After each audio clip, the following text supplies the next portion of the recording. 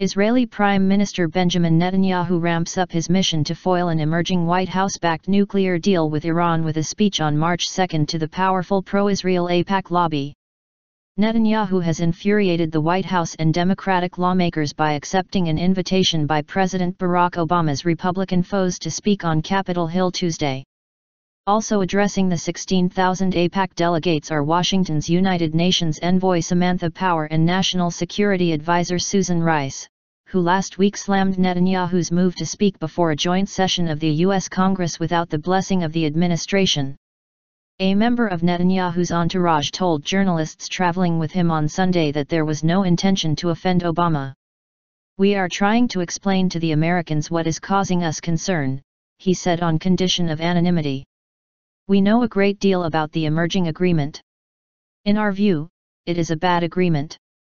The official would not indicate the source of the excellent information Israelis have about the deal between the Islamic Republic and the so-called P5+1 group that would prevent Tehran from developing a nuclear bomb.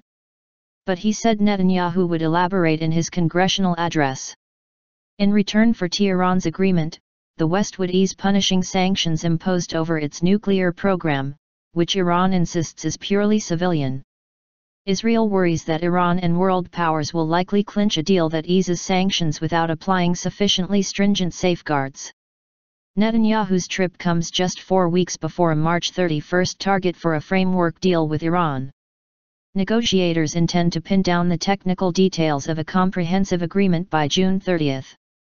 The Israeli official suggested that if a satisfactory agreement cannot be achieved within that time frame, talks should be extended. "The date is not sacred," he said.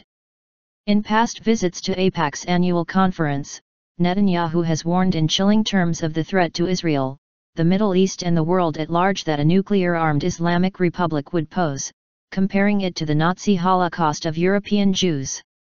Educated at the Massachusetts Institute of Technology and Harvard University, before joining the prestigious Boston Consulting Group, Netanyahu revels in his knowledge of American idioms when addressing U.S. audiences. In a widely quoted 2012 speech he said that Iran's construction of underground nuclear facilities and development of intercontinental ballistic missiles, ICBMs, belies its assertion that its nuclear program serves only peaceful purposes.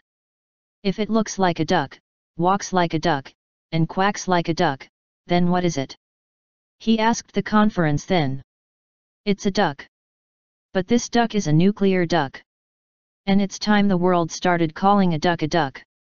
Last year, he played on a Budweiser beer advert to warn of danger from Iranian Scud missiles. "You remember that beer commercial, 'This Bud's for you'? Well, when you see Iran building ICBMs, just remember, America, that Scud's for you."